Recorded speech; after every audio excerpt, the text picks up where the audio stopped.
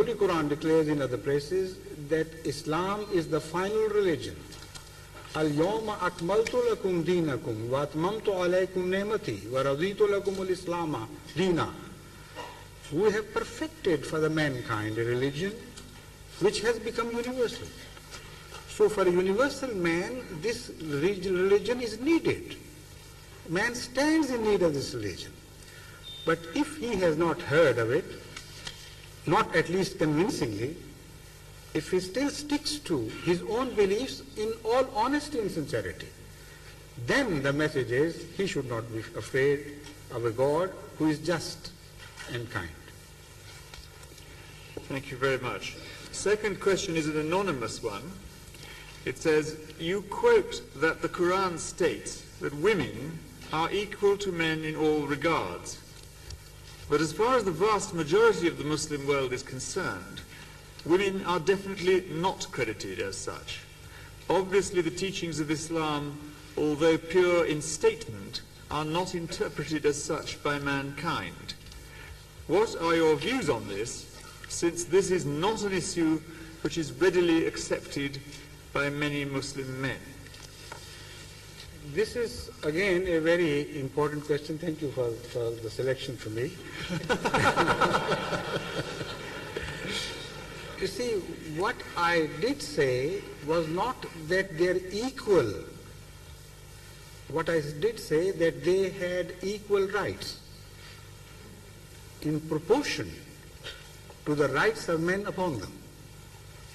This is exactly the statement of the Holy Quran. But at the same time, if you read the verse on, you will find that the Holy Quran declares, despite the fact that men have an advantage over women in some ways, for instance, this is mentioned in other places, that they are made stronger and more powerful. So as such, differences there are.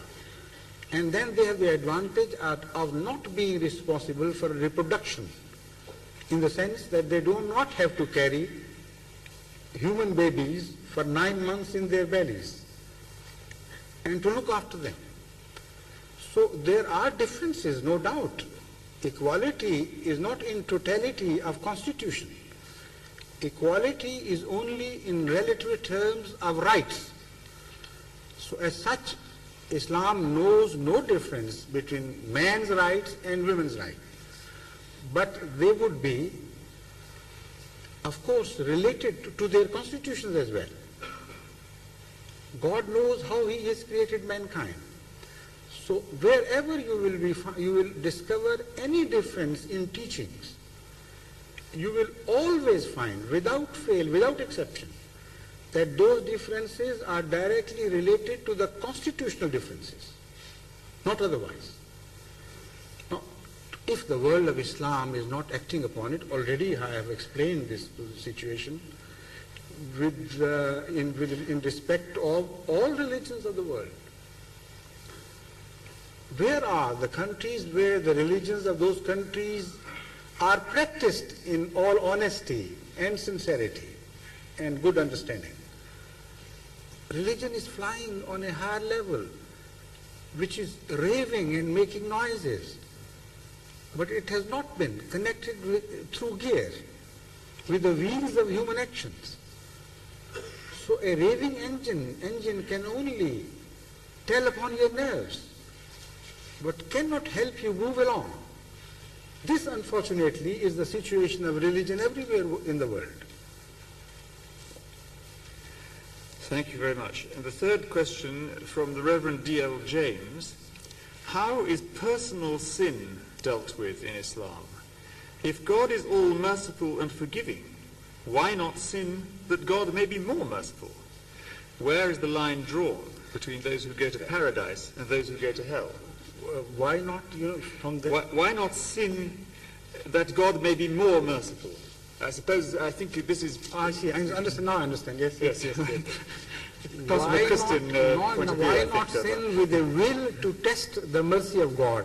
That seems to be the connotation. Is that right? Well, I think that Christ, if I remember rightly, says in one of the Gospels that to her that has sinned much, much has been forgiven.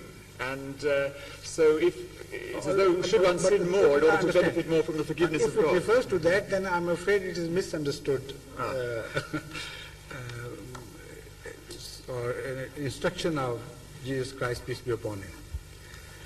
You see, sin and forgiveness have a relationship between man and God very similar to the relationship between man and man.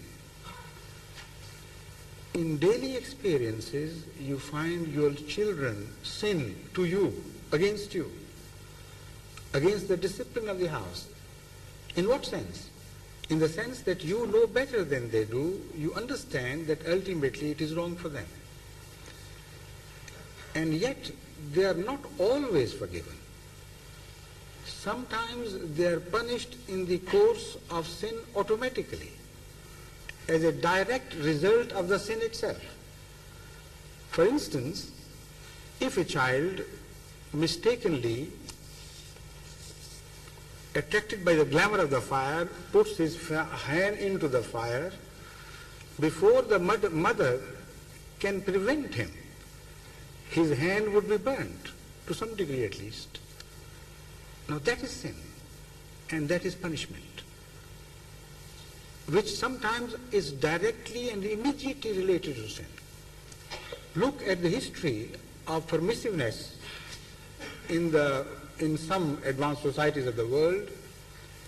Every time a wave of permissiveness captured the imagination of society, there always was a follow-up by way of natural punishment.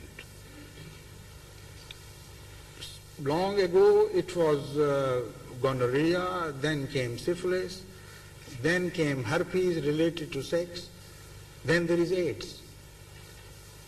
Now, how can you say that God is not forgiving? Because he has produced a system of cause and effect. So sin must not be understood in a narrower term as if it is only in relation to God. Sin is misbehavior of all types in any situation, and sometimes it is punished and sometimes it is not immediately and directly punished. It depends on the detection. And sometimes it is forgiven because forgiveness promotes reformation. And sometimes it is not forgiven because forgiveness promotes crime. And by forgiving some, you will be usurping the rights of others. This is the fundamental philosophy of forgiveness and punishment which has been mentioned in the Holy Quran, which says that to forgive is better provided it causes reformation. So in a society where murder has become the order of the day, you remove the capital punishment from your legal system. This forgiveness, a sort of forgiveness, is bound to encourage murder in that society. I have been studying the past, the data of crime in the European countries, and I discovered, and you will also share my opinion because I am talking of facts, that the more the governments grew lenient to certain crimes, more they flourished. So the Holy Quran says, وَمَنْ أَفَا وَأَصْلَحَ فَأَجْرُهُ عَلَى اللَّهِ. Only the reward of those is with God who forgive on the condition that their forgiveness promotes reformation and not crime. Because also in your homes, if a child, suppose, is disposed towards hurting others, your own children, would you go on forgiving such a child? limitlessly.